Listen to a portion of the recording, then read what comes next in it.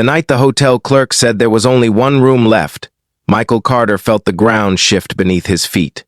Snow was falling in heavy, relentless sheets over Aspen Ridge, Colorado, turning the highway into a white blur. His 5-year-old daughter, Sophie, was asleep in the back seat of his aging sedan, her small fingers still clutching the stuffed rabbit she refused to go anywhere without. In the passenger seat sat his boss, Victoria Langford, polished, composed, and completely out of place beside the fast food wrappers and children's coloring books scattered across the dashboard. And then the words came, light but loaded. Only one room left. We're both adults, right? Before we go any further, if you believe in kindness, second chances, and the quiet strength of single parents trying their best, take a moment to like this video, comment where you're watching from, share it with someone who needs encouragement, and subscribe to the channel. Stories like this remind us that character is revealed in the hardest moments. Michael had spent the last 3 years rebuilding a life he never expected to lose. His wife, Rebecca, had passed away after a sudden illness that tore through their home like a storm. One day she was laughing in their small kitchen in Cedar Falls, Iowa. The next, he was standing beside a hospital bed trying to explain to a 4-year-old why mommy wasn't coming home. Grief had become a silent roommate, but responsibility had become his anchor. He worked as a regional operations manager for a logistics company based in Denver. The pay was steady, but the hours were brutal. Most weeks he managed everything: daycare drop-offs, client meetings, grocery runs, bedtime stories with a kind of disciplined exhaustion that left no room for self-pity. Promotions came and went. Office politics swirled around him. But he never complained. Sophie was watching. That mattered more than any corner office. When Victoria Langford took over as the new director, the entire department shifted. She was known for restructuring underperforming branches and cutting costs without blinking. Crisp suits, sharp instincts, zero tolerance for excuses. Michael had respected her from a distance. She respected results, and he delivered them. The business trip to Colorado had been sudden. A struggling warehouse in Aspen Ridge needed emergency oversight after a winter storm disrupted operations. Flights were canceled. Roads were closing.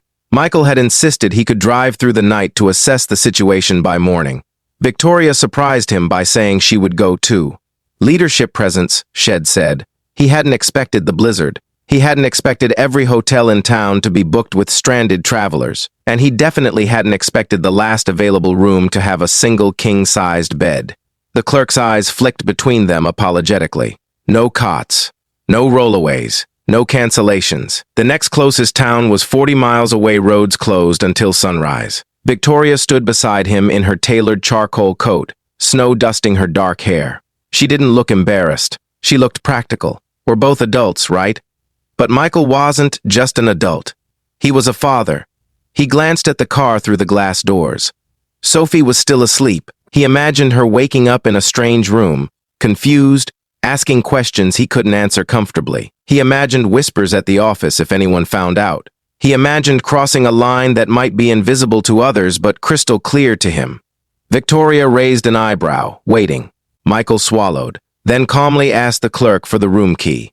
Victoria's expression flickered, perhaps relief, perhaps assumption. They carried their bags upstairs. The room was warm, softly lit, with one bed, one armchair near the window, and a small desk. Snow beat against the glass like impatient fingers. Victoria set her coat down and turned toward him. Michael gently placed Sophie on the bed, tucking her under the comforter. Then he grabbed his overnight bag, pulled out a thin blanket he kept for emergencies, and walked to the armchair by the window. He moved the small coffee table aside and settled onto the floor instead. Victoria stared at him. He didn't explain immediately. He simply adjusted the blanket over his shoulders and said quietly that Sophie would feel safer with him close, and that he didn't want her waking up confused. He added that he respected Victoria deeply too much to ever blur professional lines. The silence that followed was heavier than the storm outside. Victoria slowly sat on the edge of the bed. Something in her posture softened, just slightly. For the first time since Head met her, she didn't look like a corporate strategist. She looked like someone thinking. Hours passed in near silence. Sophie stirred once, murmuring in her sleep, and Michael immediately leaned forward, brushing her hair gently from her forehead. Victoria watched the interaction carefully. She noticed how his exhaustion never overshadowed his attentiveness, how he checked the thermostat twice, how he laid his coat over the gap beneath the window to keep cold air from slipping through. Around 3 in the morning, Victoria spoke quietly into the darkness. She admitted she had misjudged him. She had assumed practicality would override sentiment. She had assumed ambition always came first. Michael didn't respond with speeches.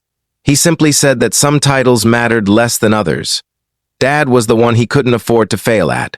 Victoria lay awake long after he drifted into a light, uncomfortable sleep on the floor. The next morning, sunlight reflected off fresh snow, turning the world outside into a field of white fire. Sophie woke up cheerful, unaware of the unspoken tension that had filled the room hours earlier. She called Victoria the lady with the shiny boots and offered her a piece of cereal from a plastic bag. Victoria accepted it. At the warehouse that day, Michael worked relentlessly. He reorganized loading schedules, reassigned crews, and personally assisted with clearing blocked docks. Victoria observed more than she spoke. Employees responded to Michael not out of fear but out of loyalty. They trusted him. When a forklift malfunction threatened to delay shipments further, Michael rolled up his sleeves and helped fix it alongside the mechanics. He wasn't too proud. He wasn't too polished. By evening, operations were stabilizing. On the drive back to Denver 2 days later, Victoria sat quietly beside him, watching the mountains fade into flat plains. Sophie slept again in the back seat. Finally, Victoria broke the silence. She told him she had spent her career believing strength meant detachment.